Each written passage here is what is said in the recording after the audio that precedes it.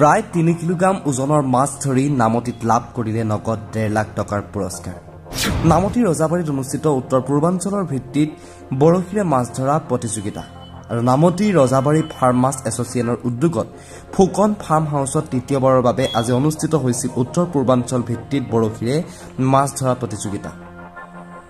এই প্ৰতিযোগিতাত ৰাজ্যৰ বিভিন্ন প্ৰান্তৰ প্ৰায় 220 গৰাকী প্ৰতিযোগীয়ে অংশগ্ৰহণ কৰিছিল।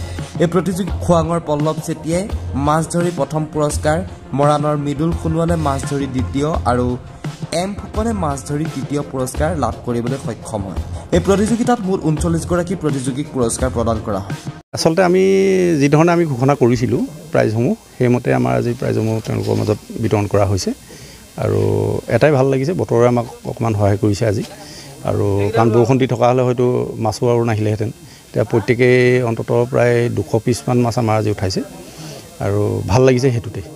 যদি তেখেতসকল ইমান দূৰৰ পৰা আহি যদি মাছ উঠাবলৈ নাপালেহেঁতেন আমাৰো বেয়া লাগিলহেঁতেন। আৰু দ্বিতীয় কথা হৈ গ'ল, খেলখন যথেষ্ট সুকলমে পাৰ হৈ গৈছে, কোনো ধৰণৰ ইয়াত অপ্ৰীতিকৰ পৰিস্থিতিৰ সৃষ্টি হোৱা নাই, গতিকে আমি সম্পূৰ্ণ সুখী। প্ৰতিযোগী প্ৰায় 220জনমান মানুহ আমাৰ হৈছে, তাতকৈ নহয়। আৰু আচলতে কিছুমান এই যিটো আমাৰ অনুষ্ঠান, এই বৰশী বোৱা প্ৰতিযোগিতাৰ অনুষ্ঠানটো যিধৰণে গঢ় লৈ উঠিছিলে, বৰ্তমান সময়ত ইয়াক এখিনি বৰ অসাধু ব্যক্তি লগ হৈ ইয়াক মানে ধ্বংসৰ মুখলৈ আগবঢ়াই নিছে।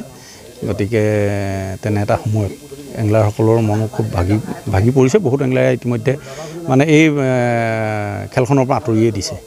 তাৰ মাজতো আজি আহিছে এখেতসকল, ভাল লাগিছে। ডিমাপুৰৰ যথেষ্ট ব্যক্তি আহিছে, আপোনাৰ সদৰ কি ক'ব মঙলদৈৰ পৰা আহিছে, আপোনাৰ গোলাঘাট আহিছে, লখিমপুৰ, ধেমাজি, এনেধৰণে যথেষ্ট দূৰৰ পৰা আহিছে, তিনিচুকীয়াৰ পৰাও আহিছে আমাৰ মানুহ।